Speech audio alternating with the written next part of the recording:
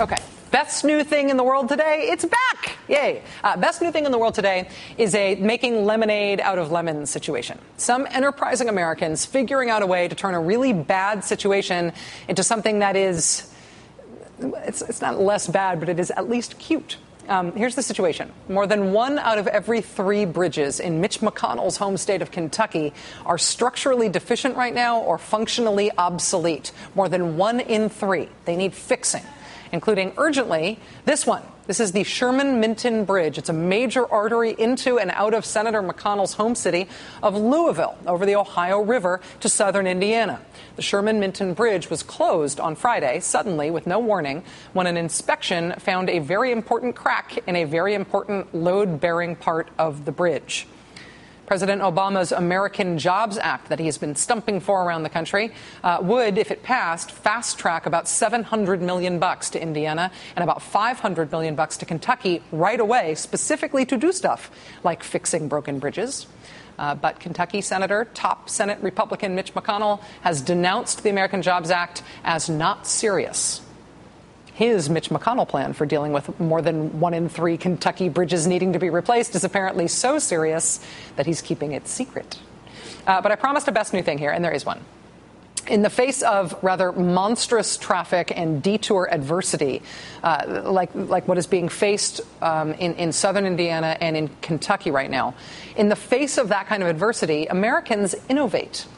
That means a brand new, every 45 minutes, $1 ferry service across the Ohio River right now that did not exist before, which is particularly handy if you work right at the bridge abutment. But still, better. Another option for getting across the Ohio River there with Sherman-Minton shut down. But it also means another kind of innovation in the form of branding and merchandising. When we first talked about the emergency shutdown of the Sherman-Minton Bridge on this show and the proverbial bomb that it was dropping on Louisville area traffic, I described it as that region's version of Carmageddon. Right? Los Angeles had what it called Carmageddon one weekend this July because L.A. had to shut down the 405 freeway in both directions for construction work. Carmageddon went off without a hitch in the end because there was lots and lots of warning, lots of advance publicity, and ultimately it only lasted a couple of days. In Louisville, though, I noted that their Sherman-Minton Bridge version of Carmageddon came with no warning and is indefinite. Nobody knows how major the needed repairs are going to be to this bridge. Nobody knows where the money is going to come from, particularly if Kentucky's home state Senator Mitch McConnell is now against fixing bridges. But when the Sherman-Minton Bridge occasions a version of Carmageddon, had I been as smart as 2 Louisville-born engineer brothers, I would have realized that this infrastructure disaster over the Ohio River should not be called Carmageddon. It should be called Shermageddon. For the Sherman-Minton Bridge. They snapped up the domain name Shermageddon.com, where there is a Shermageddon t-shirt, there is a Shermageddon travel mug, there is a Shermageddon bumper sticker, which seems particularly apt, and naturally there is a Shermageddon trucker cap.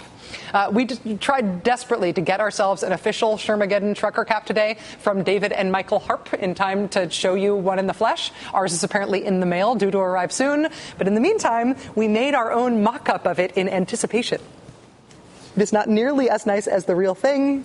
And for the best new thing in the world today, Shermageddon brothers, I bow to your superior news-related nickname bestowing skills. Drive on. That does it for us tonight. We'll see you again tomorrow night. Now it is time for The Ed Show. Good night.